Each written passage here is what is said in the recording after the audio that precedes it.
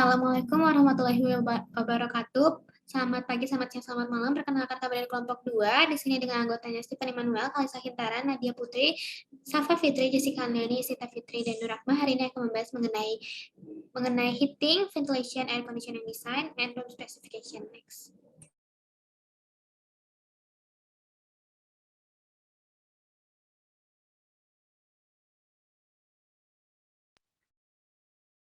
Oke, yang pertama sekali, kita ke definisi dan juga fungsi apa itu HVAC. Next.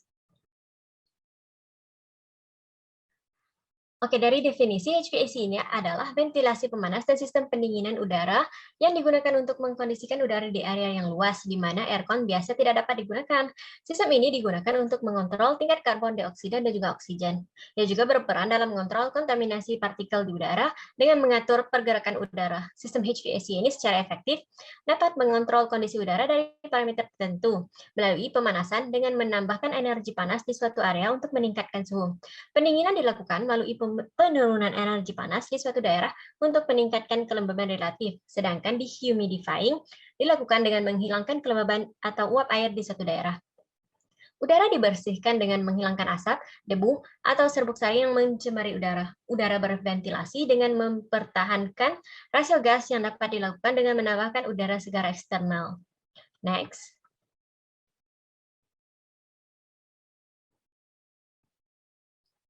Seterusnya kita ke bagian fungsi dari HVAC ini. Pertama sekali, HVAC ini berfungsi dalam mengendalikan mikroorganisme, debu, dan juga partikel di udara. Sistem HVAC ini berperan utama dalam mengontrol debu yang dihilangkan melalui penyaringan. Debu dapat menjadi penyebab kepada kontaminasi dalam proses manufaktur jika tidak dirawat. Partikel udara yang ditemukan di udara dapat mengganggu proses pembuatan sehingga mengakibatkan kontaminasi. Mikroorganisme juga merupakan ancaman potensial bagi keberhasilan pengolahan obat-obatan karena lingkungan di pabrik harus tetap steril. Semuanya dapat dihilangkan dengan HEPA system. Seterusnya, fungsi yang kedua yaitu menjaga suhu yang tepat di ruangan produksi. Suhu sangat penting dalam setiap industri farmasi. Jika suhu tidak terkontrol dengan baik, dapat menyebabkan bakteri mikro tumbuh di ruangan. Seterusnya, yang ketiga, untuk menjaga tekanan dalam ruangan. Dalam industri farmasi ini, ada area dan permukaan yang harus dijaga kebersihannya. Daerah itu harus tetap dijaga, jadi perlu dijaga pada tekanan positif pada setiap lantai. Lantai udara di area ini harus lebih banyak di area bukaan. Sistem HVAC ini memastikan bahwa tekanan positif dapat dicapai dengan menjaga bunga udara masuk ke ruang yang bersih lebih banyak daripada udara yang ada pada saat yang sama. Hal ini memastikan bahwa tidak ada kesempatan atau ruang untuk pertumbuhan mikroorganisme. Dan yang terakhir, berfungsi dalam mempertahankan kelembaban. Mengontrol kelembaban di ruang manufaktur dapat dicapai dengan pemasangan dehumidifier pengering. Memiliki tingkat kelembaban yang tepat dalam tiap ruangan adalah kunci utama dalam pembuatan obat yang stabil. Kelembaban relatif yang benar biasanya diperlukan untuk memastikan bahwa obat-obatan diproduksi dengan baik. Jadi, alasan utama kenapa setiap industri farmasi itu berusaha untuk memiliki sistem HVAC ini yang berfungsi adalah untuk memastikan kualitas produk mereka produksi tidak terganggu. Next. Selanjutnya adalah heating atau pemanasan. Next. Nah, di sini ada heating system dan dasarnya dari kebanyakan pabrik yang dibangun di lokasi terpencil di mana gas alam itu tidak tersedia. Dan umumnya pemanasan primer atau bahan sumber atau sumber panas yang didapatkan itu dari saluran pemanas listrik atau pemanas unit. Nah, pemanas listrik ini harus dihindari di ruangan yang mengandung gas atau atmosfer yang mudah meledak. Apa aja sih contoh gas atau atmosfer yang mudah meledak? Itu ada gas alam, hidrogen, asetilen, dan etilen oksida. Nah, ini ada contoh gambar dari heating system yang bisa digunakan di pabrik-pabrik. Next. Nah, selanjutnya ini ada yang pertama ada sumber panas yang pertama itu ada saluran pemanas. Nah, saluran pemanas ini tersedia dalam dua konfigurasi, ada konfigurasi elemen terbuka dan juga ada tabung bersirip. Nah, elemen terbuka ini cenderung bekerja lebih dingin, memiliki penurunan tekanan yang sangat rendah, jauh lebih ringan, memiliki jarak bebas yang lebih besar di antara elemen lain dan juga lebih murah, biayanya lebih rendah. Nah, sedangkan untuk kumparan tabung bersirip itu lebih aman karena elemennya terbungkus, kurang rentan terhadap kerusakan dari kontaminan udara, dapat digunakan di lokasi berbahaya, lebih mudah untuk memperbaiki elemen individu, konstruksinya konstruksinya kokoh dan juga lebih presisi daripada yang lain. Nah, di antara kedua ini yang mana sih saluran pemanas yang lebih sering digunakan? Boleh next. Nah, untuk saluran pemanas yang lebih sering digunakan adalah tabung bersirip. Kenapa? Karena juga dia lebih aman dan juga lebih kokoh dan juga lebih presisi. Untuk gambar alatnya sendiri itu bisa dilihat di pada layar. Next. Lalu ada juga faktor saluran pemanas, ada apa aja? Di sini ada 3 poin. Yang pertama ada persyaratan kecepatan minimum. Itu saluran pemanas memerlukan kecepatan aliran udara minimum untuk memastikan pengoperasian yang aman. Lalu juga kedua ada pertimbangan pengemasan. Untuk pemanasan umum, coil biasanya dipasang di unit pengenangan udara utama. Namun pemanas sering dipasang juga di saluran pasokan udara untuk menyediakan pemanas tambahan bila diperlukan. Lalu juga yang ketiga ada perangkat pengaman. Berbagai perangkat pengaman digunakan untuk mencegah kegagalan karena panas berlebih. Jadi karena pemanas itu rawan untuk meledak, jadi sering ditambahkan pengaman seperti saklar dan juga termostat. Saklar ini biasanya digunakan ketika aliran udaranya nggak cukup, dan termostat ini digunakan jika suhunya dari pemanas itu terlalu tinggi atau naik cukup signifikan. Next. Selanjutnya ada pemanas unit. Di samping pemanas yang saluran pemanas itu ada pemanas unit. Nah, pemanas unit ini digunakan bila sistem udara terpusat itu nggak digunakan atau bila diperlukan pemanasan di tempat. Pemanas unit ini dipasang di dinding yang berisi koil pemanas, kipas, dan termostat integral. Nah, unit pemanas umumnya ini dipasangkan di dinding tanaman eksterior gitu. Next. Nah, selain sumber pemanas yang tadi yang besar-besar, di sini ada pemanas yang lebih konvensional dan juga lebih kecil digunakan, bisa juga digunakan di rumah-rumah. Yang pertama ada pemanas konveksi, itu pemanas yang biasa dipasang di lantai atau dinding, digunakan untuk pemanas ruangan di kantor atau di toilet ataupun di rumah-rumah juga bisa. Nah, lalu juga ada pemanas portable. Pemanas portable ini bentuknya lebih kecil dan juga digunakan untuk menyediakan panas tambahan di area kerja. Next.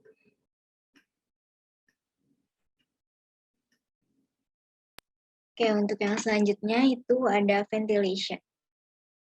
Next. Ventilasi sendiri adalah proses penyediaan udara segar ke dalam dan pengeluaran udara kotor dari suatu ruangan tertutup secara alamiah maupun mekanis. Tujuannya itu untuk menghilangkan gas-gas yang ditimbulkan oleh gas-gas pembakaran CO2 dan yang ditimbulkan oleh pernafasan dan juga gas-gas yang mengganggu lainnya, dan menghilangkan kalor yang berlebihan serta membantu mendapatkan kenyamanan termal. Next.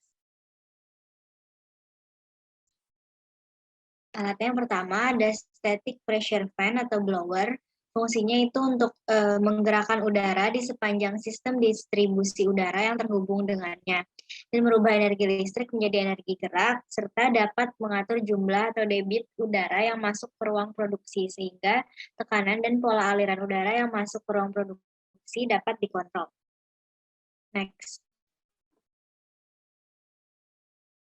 Yang selanjutnya ada ducting, yaitu saluran tertutup tempat mengalirnya udara yang menghubungkan blower dengan ruangan produksi itu sendiri.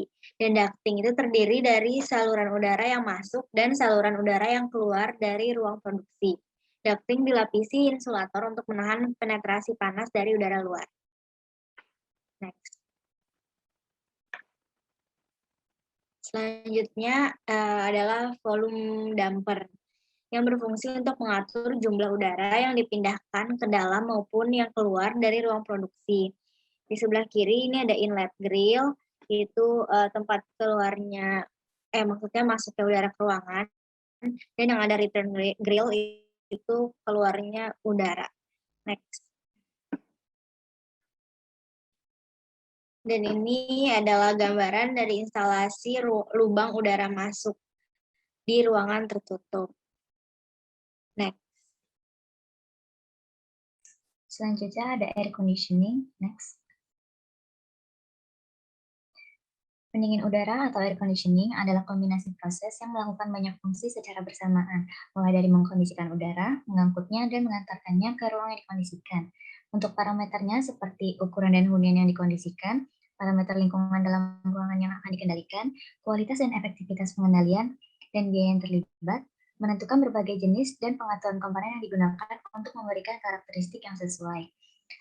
Fungsi utama dari air conditioning itu sendiri yaitu menyediakan energi pendinginan dan pemanasan yang dibutuhkan, mengkondisikan pasokan udara, yaitu panas atau dingin, melembabkan atau menghilangkan kelembapan, membersihkan dan memurnikan, dan mengurangi kebisingan yang tidak menyenangkan yang dihasilkan dari peralatan HVAC.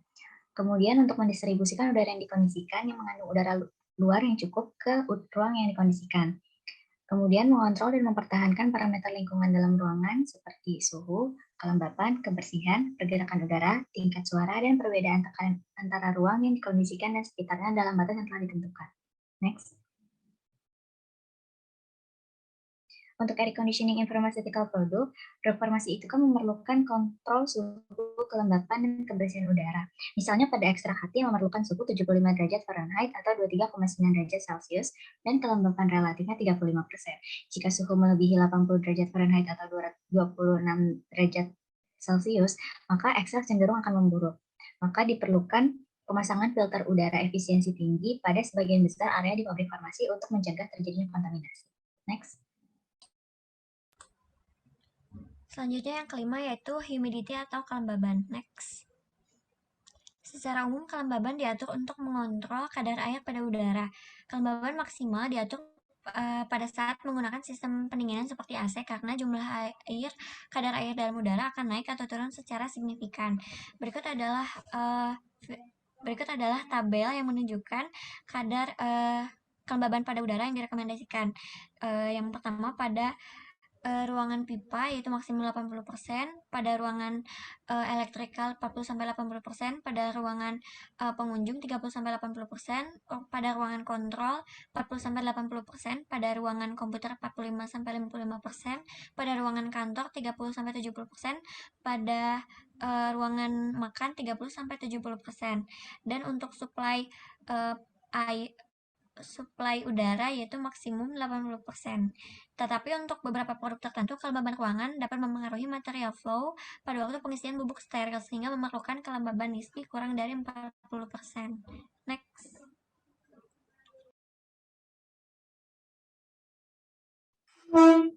Selanjutnya ada beberapa hal yang perlu diperhatikan dalam mencapai efisiensi energi saat running sistem HVAC. Yang pertama adalah solar heat gain coefficient atau yang biasa disebut SHGC. Ini biasanya ditemukan pada spesifikasi energi saving glass. Singkatnya SHGC ini adalah koefisien yang menyatakan energi panas yang bisa melewati benda. Jadi nggak cuma buat kaca doang, bisa misalnya buat pintu juga, tapi lebih jarang. Misalnya kalau nilainya 0,6 berarti 60% energi panas matahari diteruskan ke dalam ruangan dan 40% lainnya itu dikeluarkan. Jadi semakin kecil nilai SHGC-nya, maka ruangan bisa semakin sejuk. Untuk nilai yang direkomendasikan adalah 0,25 untuk mencapai perasaan sejuk, atau kalau mau agak lembab dan hangat itu bisa 0,5 sampai 0,6. Selanjutnya ini adalah informasi lebih lanjut mengenai solar heat gain coefficient. Bisa ditonton videonya.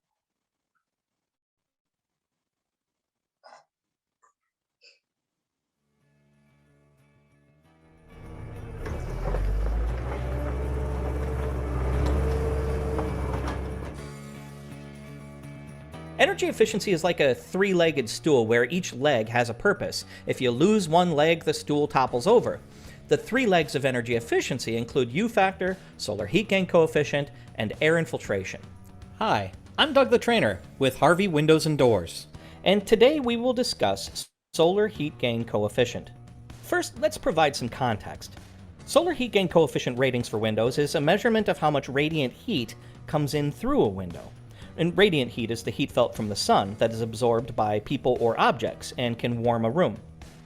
Solar heat gain coefficient performance is regulated by Energy Star and is dependent on several regional factors. Solar heat gain coefficient numbers fall between 0 and 1, with the lower the number meaning the lower the radiant heat allowed through the window. Performance numbers are improved through better low-E glass coatings, but per requirements, the entire window is tested.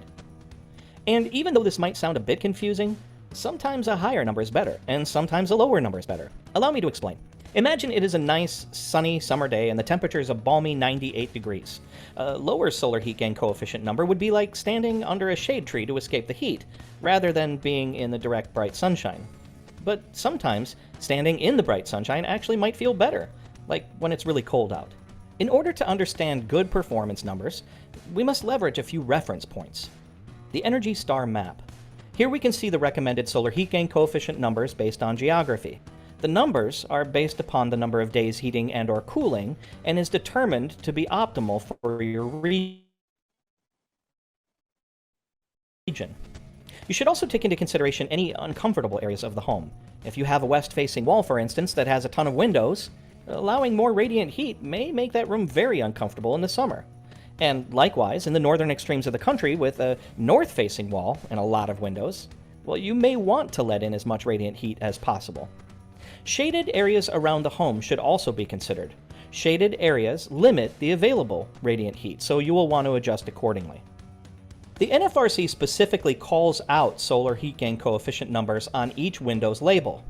At Harvey, we understand the impact of these numbers on the heating and cooling bills, but also on the home's comfort level. So, we are constantly evolving as technology advances. And one last point about solar heat gain coefficient.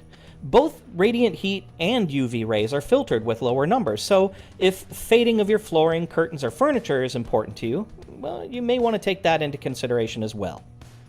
Solar heat gain coefficient is an important leg in that three-legged stool of energy efficiency. Select the performance that's right for you. Your home's comfort level and energy bills will be greatly impacted. Oke, jadi dari video tadi kita bisa simpulkan bahwa solar heat gain yang baik itu jumlahnya tergantung pada klimat dan juga ada banyak faktor yang bisa menentukan solar heat gain yang baik untuk suatu bangunan. Misalnya tadi ya, kalau ada pohon di dekat situ, solar heat gain bisa dikompensasi dengan baik tanpa perlu memakan biaya yang terlalu tinggi juga. Selanjutnya ada pendingin gratis. Nah, pendingin gratis ini bisa digunakan ketika suhu Indonesia ya, negara tropis. Economizer itu menjadi pilihan yang baik untuk menghemat energi. Ada dua jenis economizer. Yang pertama itu adalah pengendali bolam kering. Prinsipnya adalah menggunakan parameter suhu outside air dan return air untuk sirkulasi udara bila mana menguntungkan. Dan sistem ini cocok untuk udara kering. Yang kedua ada pengendali entalpi, yaitu memanfaatkan perbedaan entalpi antara udara luar dan udara dalam. Saat entalpi udara luar lebih rendah, maka sistem akan mengambil udara dari luar untuk dimanfaatkan sebagai pendingin di dalam ruangan. Jadi tidak perlu processing udara untuk membuat udara lebih nyaman di dalam. Nah, mesin ini cocok untuk udara lembab. Selanjutnya, pengatur suhu dan penempatan sensor. Nah, di dalam sistem HVAC ini ada ruangan penampung panas khusus yang membuat panas terkumpul dalam satu tempat. Pengoperasian banyak peralatan yang beda jenis menyebabkan suhu ambien tidak dapat dideteksi dan dikendalikan dalam satu ruangan saja. Jadi suhunya itu tidak konsisten ya antar ruangan. Aturan yang umum berlaku adalah menggunakan satu sensor setiap 5.000 kaki kuadrat ruangan. Nah, jika dalam satu ruangan terdapat lebih dari satu sensor, nilai rata-rata dari seluruh sensor lah yang digunakan untuk alasan kontrol. Jadi sangat mungkin ya kalau misalnya satu ruangan itu besar banget gitu, bisa ada lebih dari satu sensor di dalamnya. Dan nilai rata-rata sensor itulah yang digunakan. Yang berikutnya, yang ketujuh ada air filtration dan cleaning. Next. Udara yang disuplai ke ruangan kerja itu harus difiltrasi untuk menghilangkan partikulat, kontaminan, uap, serta gas dari udara. Nah, filter partikulat ini bekerja dengan membuat partikel terperangkap atau menempel pada media penyaring. Pembersihan dan penyaringan udara harus dilakukan untuk melindungi ruang kerja dari kontaminasi. Contoh air filter yang dapat digunakan pada ruangan kerja adalah seperti yang terdapat pada gambar di bawah. Filter ini umumnya terdiri atas beberapa lapis penyaring dengan spesifikasi yang berbeda. Pada gambar itu dapat dilihat bahwa lapisan pertama merupakan pra-penyaring, lapisan kedua merupakan carbon filter, dan lapisan ketiga merupakan penyaring HEPA. Next.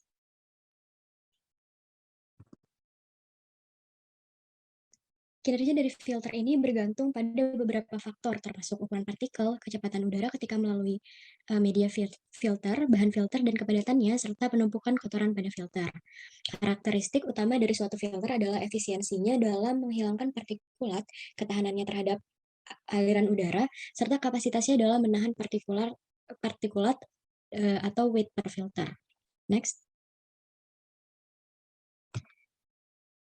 Nah, pemilihan filter ini harus dilakukan berdasarkan kebutuhan efisiensi dan ukuran filter yang dibutuhkan, serta disesuaikan dengan budget yang dimiliki.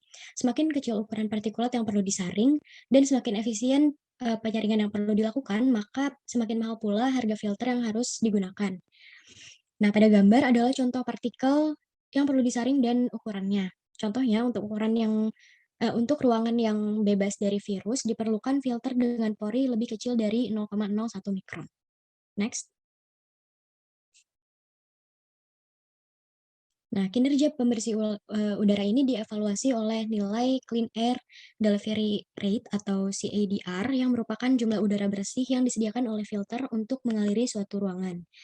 Nah, CADR ini harus sama dengan setidaknya 2/3 dari luas ruangan.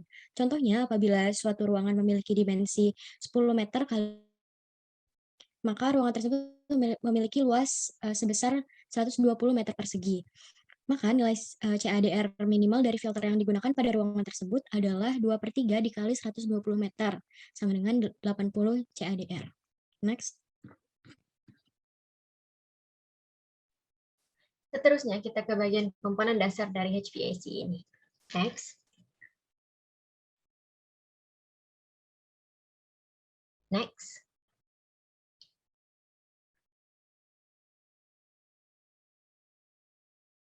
Terdapat 6 komponen dasar dari HVAC ini.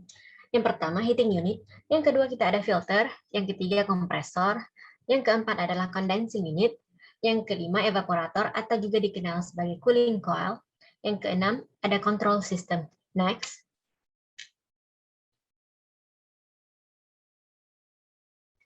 Komponen yang utama yaitu heating unit atau juga dikenal sebagai pemanas. Pemanas ini berfungsi dalam memanaskan udara yang disirkulasikan oleh HVAC di dalam satu ruangan. Termostat berhubungan langsung dengan pemanas ini sehingga perubahan termostat akan segera memicu pemanas ini untuk hidup atau mati. Pemanas ini bekerja dengan meniupkan udara panas melalui saluran yang mengeluarkan udara hangat ke ruangan di setiap ruangan gedung-gedung melalui pemanggang. Sistem pemanas ini biasa disebut sebagai ducted warm air atau juga sistem distribusi udara hangat paksa. Next.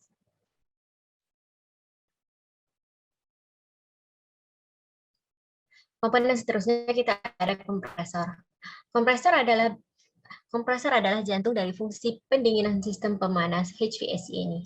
Kompresor bertanggung jawab untuk memindahkan refrigeran antara evaporator dan coil kondensor, yang memastikan bahwa refrigeran berubah menjadi gas atau cair sesuai pada kebutuhan. Kompresor ini berfungsi dalam memindahkan panas, menukarkan ke liquid, dan menyerap kembali panas. Kompresor adalah jantung dari siklus pendinginan.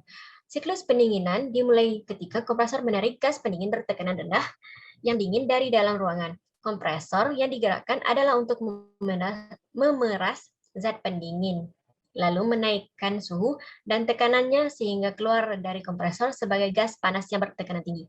Kompresor mendorong gas panas ke coil kondensor bersirip di luar aircon, di mana kipas meniupkan udara luar yang dingin ke coil dan melalui sirip, lalu mengekstrak panas dari refrigeran dan memindahkannya ke udara luar. Next. Komponen seterusnya yaitu condensing unit. Condensing unit ini adalah perangkat kontrol suhu yang sudah dikenal di aircon.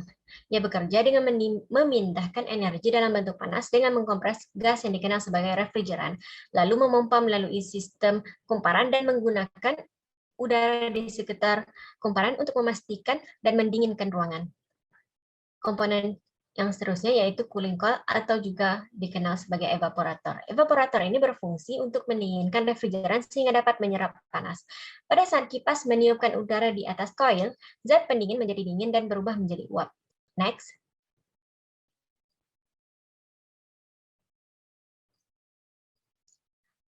Komponen yang terakhir yaitu control system.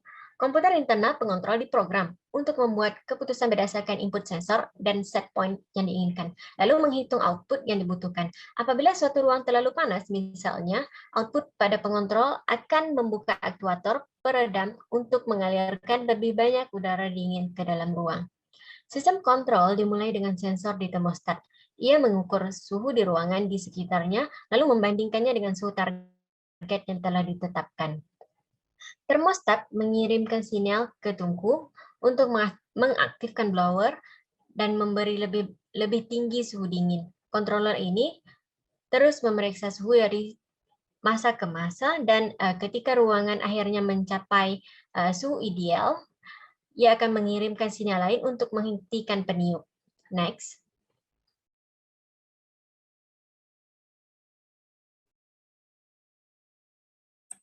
Oke, selanjutnya ini adalah gambaran dari sistem komponen dasar yang tadi sudah disebutkan. Ada humidifier, ada thermostat, juga ada blower, ada heat pump, dan lain sebagainya. Next.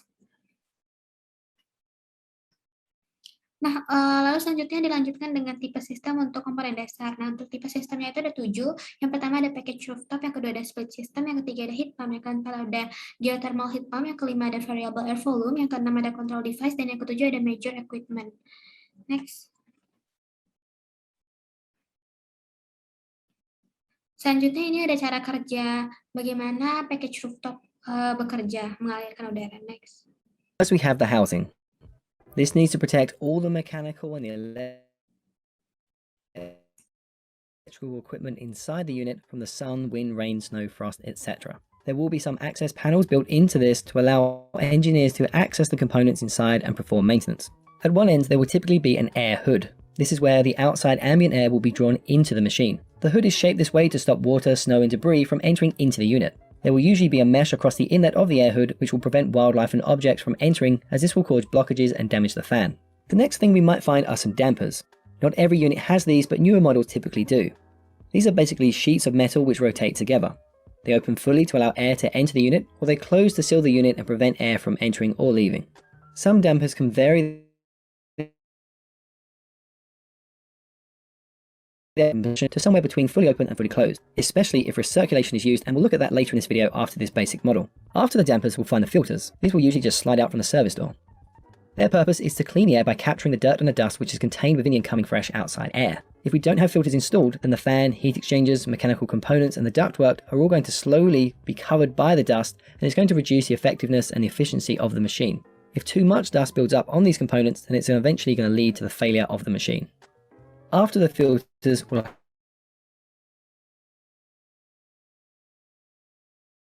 have some coils. These coils will be used to cool or heat the air by adding or removing thermal energy. Depending on where in the world the RTU is located and the ambient conditions it faces, some units will be cooling only, though occasionally they will be heating only, and some will be heating and cooling. If the unit is cooling only, then it will typically have a single coil which is connected to a refrigeration unit. If the unit is heating only, then it will either be connected to a heat pump, a gas burner, or an electrical heating element. If the unit is heating and cooling, then it will either have two heat exchangers, where one will be a cooling coil, which is connected to a refrigeration unit, and that will provide the cooling, and the other will likely be a tube heat exchanger, which is connected to a gas burner, or it might be an electrical heater to provide the heating. Alternatively, a unit might provide both heating and cooling using a single coil, which is connected to a heat pump. We've covered heat pumps in a previous video, links for that are in the video description below. Most units will use a refrigeration system to provide the cooling. The compressor, condenser, fan and controls are usually located at the rear of the unit or at the side, and these will be used to reject the heat and keep it away from the intake and the conditioned air which is inside the unit. After the coils, we'll find the fan. This is usually a belt-driven centrifugal type fan, but it can also be an EC type fan which are more energy efficient.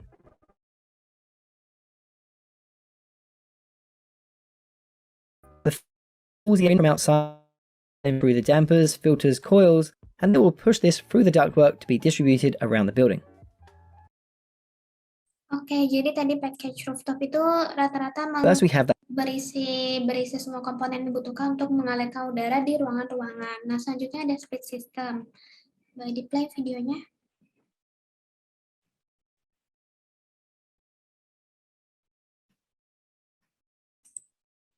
Nah, untuk split system ini terdiri dari komponen-komponen atau unit dalam dan luar. Nah, kedua bagian sistem ini dihubungkan oleh pipa atau kabel listrik yang memungkinkan zat pendingin yang digunakan dalam produk pendinginan mengalir ke dan dari setiap unit. Bagian terbesar dari sistem pendingin udara yang juga paling keras terletak di luar, sedangkan yang biasanya lebih ringan atau lebih nggak berisik nih dapat ditempatkan di hampir di mana aja di dalam gedung, bisa di dalam ruangan ataupun juga di teras ataupun di mana di dalam pabrik juga bisa diletakkan di dalam ruangan, jadi nggak keluar. Nah, desain si split ini lebih modern dan dapat bekerja dengan remote control serta dilengkapi dengan fasilitas pompa pemanas yang memastikan sistem dapat digunakan sepanjang tahun untuk kenyamanan maksimal dan suhu ruangan yang optimal. Selain itu, sistem AC split ini memiliki pengatur waktu dan kontrol yang berbeda untuk mempersonalisasi atau customize. Jadi untuk sistemnya ini bisa diatur sesuai keinginan si penggunanya itu sendiri.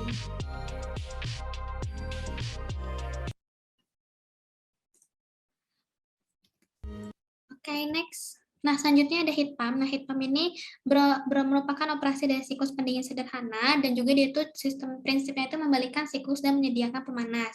Nah, dia itu memiliki temperature limitation dan juga dengan air to air.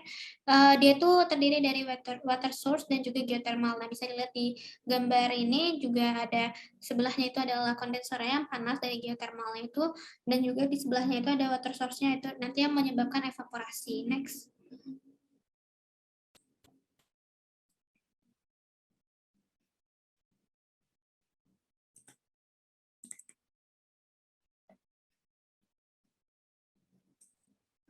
Nah, selanjutnya ada geothermal heat pump system. Boleh di-play videonya? We all want to save money on our utility bills, right? Well, the answer may be under your feet, literally. It's called geothermal energy, and it uses the natural warmth of the ground to heat and cool your home. Nearly half of the solar energy that reaches the Earth remains stored in the ground at a constant temperature of about 55 to 80 degrees Fahrenheit, depending on your location. A geothermal heat pump taps into this energy to provide heat in the winter and cooling in the summer. Here's how it works. A geothermal heat pump system consists of three main parts. A heat exchanger, or simply a loop of pipes buried underground to transfer energy to and from the system. A heat pump, usually located inside the home, and a heating and cooling distribution system, such as a traditional forced air system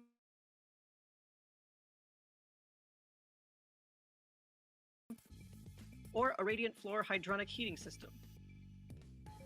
When it's cold outside, the ground loop collects the heat from the earth and pumps it up through the Bosch geothermal. Simply moves heat from the earth to your home. It generates as much as $3 to $4 of heat for every dollar spent on electricity.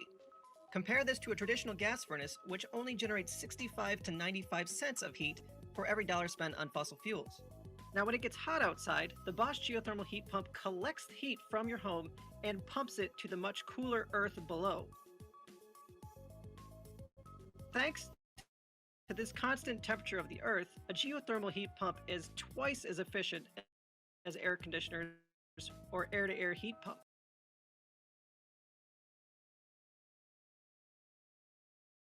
Oke, jadi tadi itu geothermal heat pump system. Nah, geothermal heat pump system itu kita ngambil panas dari tanah dan itu juga bisa disesuaikan dengan suhu dari musim itu sendiri. Nah, misalnya lagi musim dingin dan di tanah itu lebih panas dan itu bisa disalurkan panas yang di tanah itu ke ruangan. Sedangkan kalau misalnya ternyata lagi musim panas dan juga suasananya panas di atas, itu bisa diambil dinginnya dari tanah. Jadi bisa disesuaikan dan juga lebih murah karena nggak perlu beli heater dan nggak perlu beli chiller gitu. Next di sini ada variable air volume.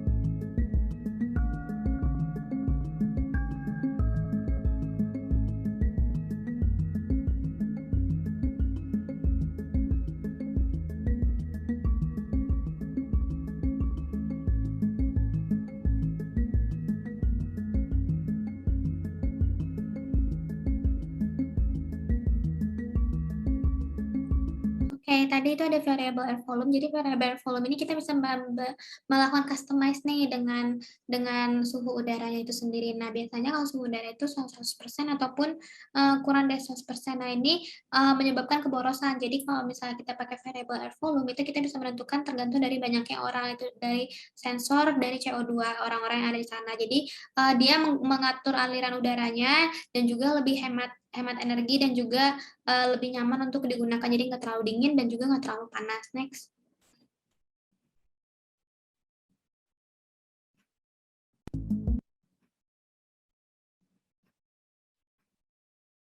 Next ada control device. Nah, ini control device adalah alat-alat yang tadi mengatur sistem-sistem yang tadi sudah disebutkan. Jadi yang pertama thermostat itu bisa manual atau programmable, lalu ada DC system, ada variable speed drives, ada automatic valves, dampers, dan juga ada outdoor sensor. Next.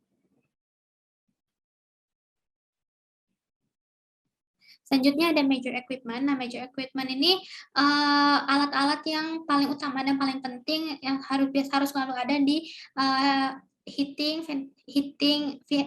ventilation, and air conditioning design. Nah, yang pertama ada cooling tower, ini untuk pendingin, lalu ada boiler, untuk pemanas, ada chiller untuk pendingin, dan humidifier juga. Next.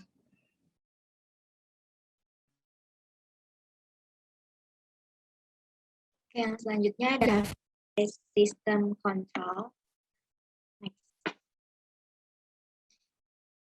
Yang pertama ada general considerations. Di sebagian besar peralatan heating, ventilation, dan air conditioning pada pabrik itu dilengkapi dengan kontrol on, off, dan auto. Dalam mode on, kipas ventilasi akan beroperasi terus-menerus dan peralatan heating dan air conditioning tetap tidak diberi energi. Sedangkan dalam metode auto, kipas akan beroperasi terus-menerus dan peralatan pemanas dan pendingin akan dikontrol secara otomatis oleh sensor suhu. Berikut ini yang harus dipertimbangkan ketika merancang atau menentukan sistem kontrol. Yang akan dijelaskan pada slide selanjutnya. Next.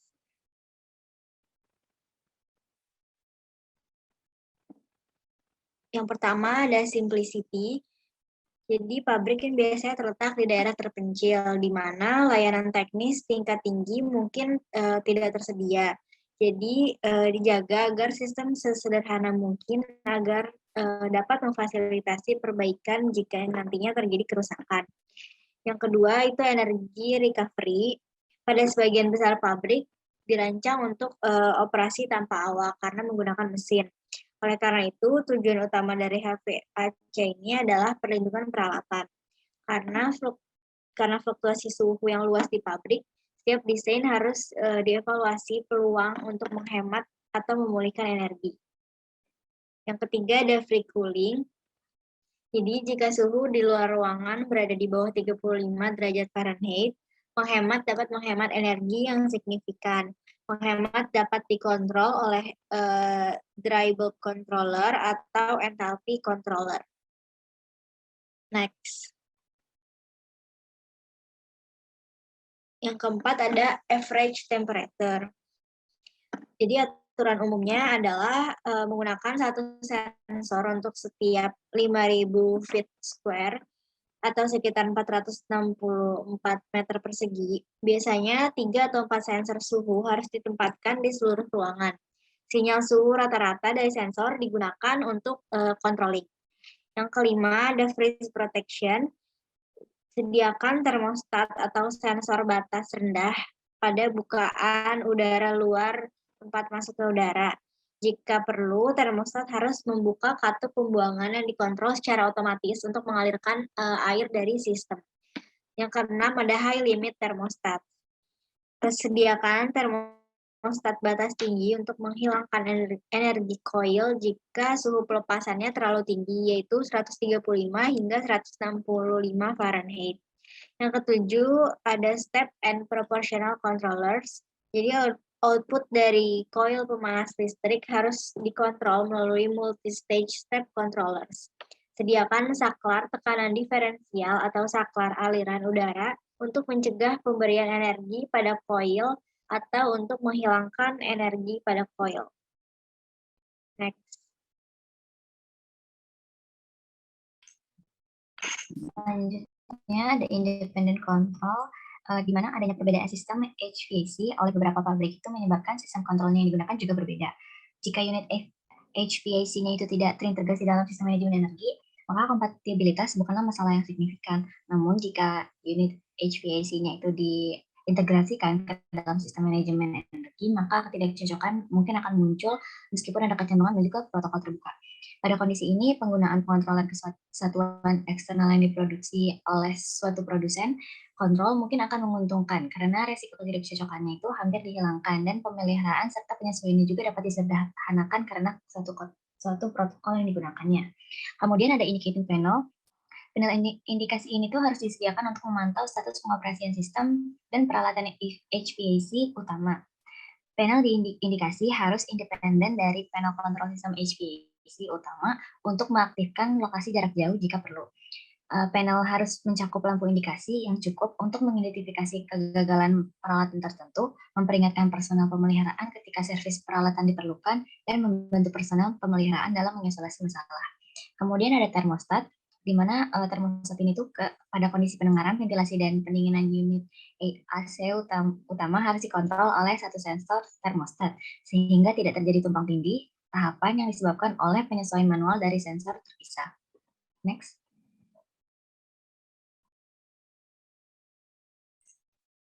Kemudian ada heating atau pemanasan.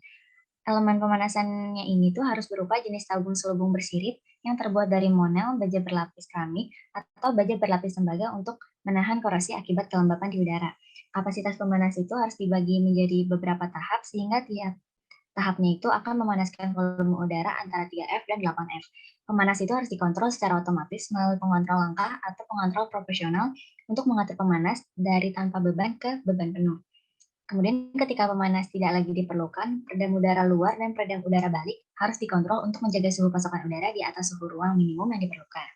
Sebuah sensor yang terletak di bagian udara campuran dari setiap unit pendingin udara utama dan sebuah sensor di asupan udara luar diperlukan untuk mengontrol suhu udara supply. Kemudian saat suhu udara campuran naik, maka peredam udara luar harus dimodulasi dari posisi bukaan minimum menuju posisi terbuka penuh dan peredam balik harus dimodulasi dari posisi terbuka penuh ke posisi tertutup penuh. Peredam ini dan kipas terkait juga harus dikontrol untuk beroperasi saat peredam udara luar terbuka. Next.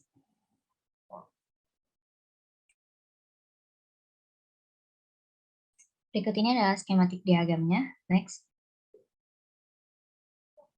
Selanjutnya ada cooling atau pendingin. Nah, bila pendingin bebas ini tidak dapat mempertahankan suhu ruang di bawah batas suhu tinggi, maka sistem pendingin ini harus diberikan energi dan peredam udara luar ruangan harus dikembalikan ke posisi minimum.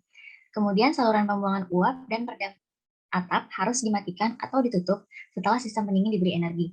Ketika pendinginan berpendingin diperlukan, untuk setiap unit pendingin udara utama, pendingin air biasanya digunakan. Kemudian ketika sistem pendingin ini diberi energi, maka pompa air dingin dan pompa air kondensor harus dimulai sebelum memberi energi pada pendingin air. Setelah aliran air dibuat oleh pompa, maka water chiller-nya harus mampu dipentaskan dari tanpa beban ke beban penuh dalam minimal 4 langkah menggunakan water chiller tipe reciprocating atau dimodulasi dari 10% beban ke beban penuh menggunakan air tipe sentrifugal. Next. Kemudian ada roof exhaust system.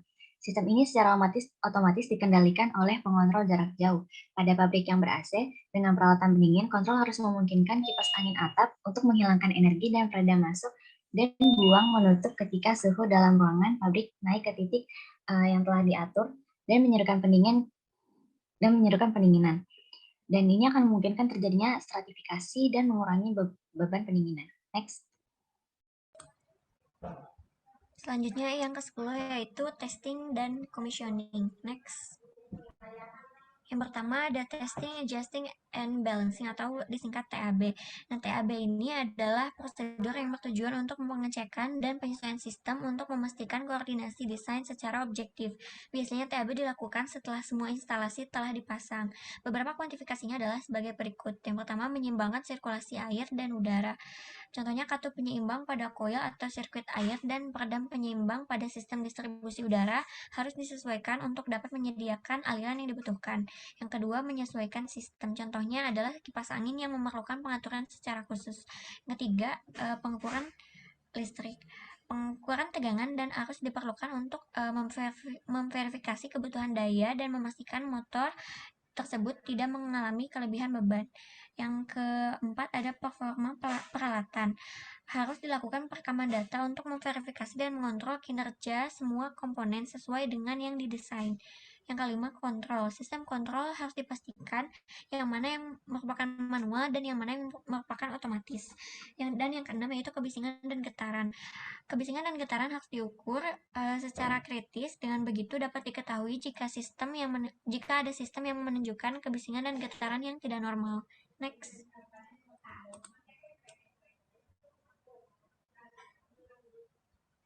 Yang kedua dari sumber daya manusia. Salah satu keberhasilan pengujian, penyesuaian, dan penyeimbangan dari sistem juga bergantung pada sumber daya manusianya. Ada beberapa hal yang harus diperhatikan. Yang pertama, prosedur standar. Dalam menggunakan sistem harus mematuhi beberapa standar prosedur yang sudah ditetapkan. Yang kedua, sertifikasi. Para teknisi dan personel harus sudah dilengkapi dengan sertifikasi yang dilengkapi dengan sanksi apabila melanggar.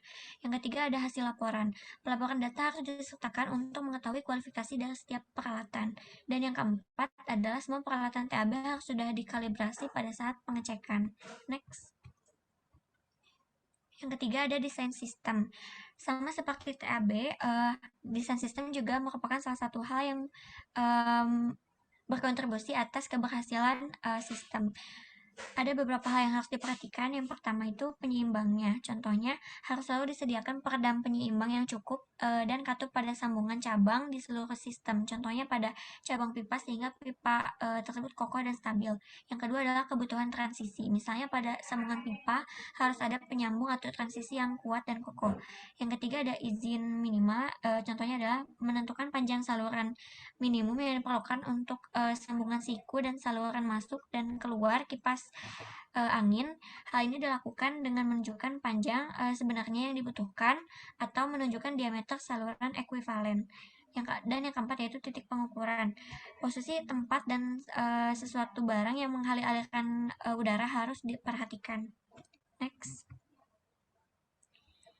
Yang keempat, ada tes kebocoran. Semua saluran udara memiliki kemungkinan untuk bocor. Oleh karena itu, harus dipersiapkan dan diantisipasi seberapa banyak kebocoran yang ditoleransi.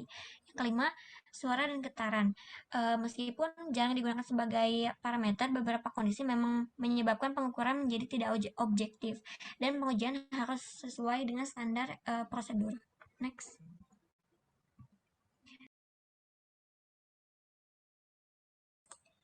Baik, yang keenam yaitu commissioning. Ada 3 level. Yang pertama ada level dasar.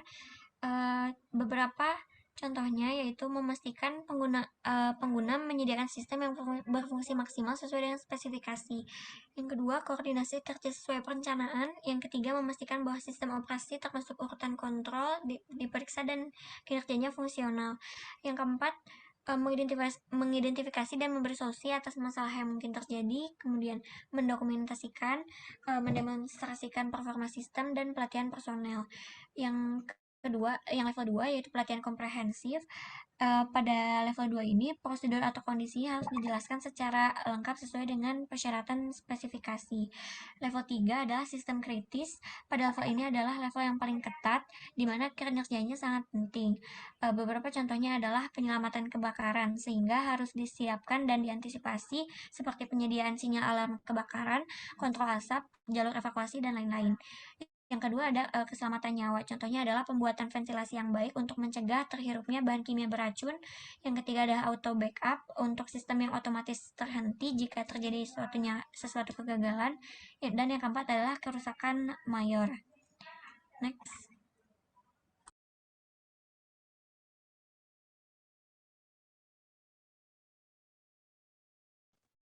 Selanjutnya ada industry and standard. Industri HVAC itu merupakan industri yang bekerja internasional dan memiliki peran sebagai pengoperasi, pemelihara, perancang, dan pengkonstruksi sistem, manufacturer, dan penjual peralatan. Kemudian sasaran dari industri HVAC zaman sekarang itu punya beberapa PR ya, yaitu mengurangi konsumsi energi dan jejak karbon serta mendesain sistem HVAC untuk struktur yang baru. Karena kalau beda struktur berarti beda posisi juga HVAC-nya. Kemudian ada tren yang dilakukan industri HVAC yang sekarang, yaitu mereka cenderung membuat teknologi HVAC yang baru, kemudian mengembangkan sistem pintar HVAC, dan mengembangkan energi ramah lingkungan, yang bisa disingkat menjadi new, smart, and green. Selain itu ada faktor pandemi COVID-19 juga, yang mendorong perhatian lebih terhadap keamanan personel maupun peralatan, serta upaya peningkatan pengalaman work from home. Nah, yang terakhir ada standarisasi HVAC.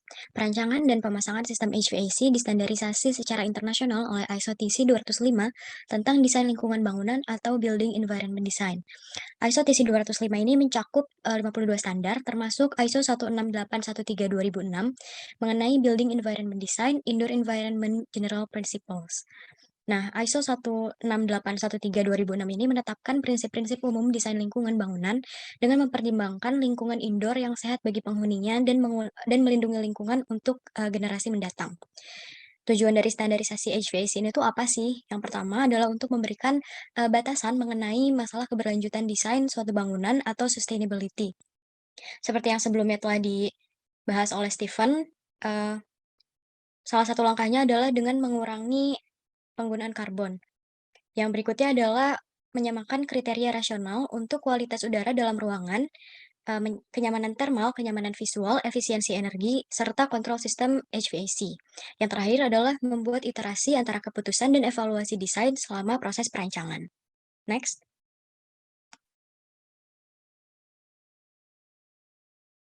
Nah, selain standarisasi internasional, ada juga standarisasi nasional mengenai HVAC ini, yang ditetapkan pada SNI nomor 6390 tahun 2011 mengenai konservasi energi sistem tata udara bangunan gedung. Standar tersebut memuat perhitungan teknis, pemilihan, pengukuran, pengujian, konservasi energi, serta rekomendasi sistem tata udara pada bangunan gedung secara optimal. Next. Nah, berikut merupakan daftar pustaka yang kami gunakan untuk membentuk presentasi ini. Next. Next. Kami dari kelompok 2 mengucapkan terima kasih atas perhatiannya dan mohon maaf apabila terdapat kesalahan kata atau bahasa.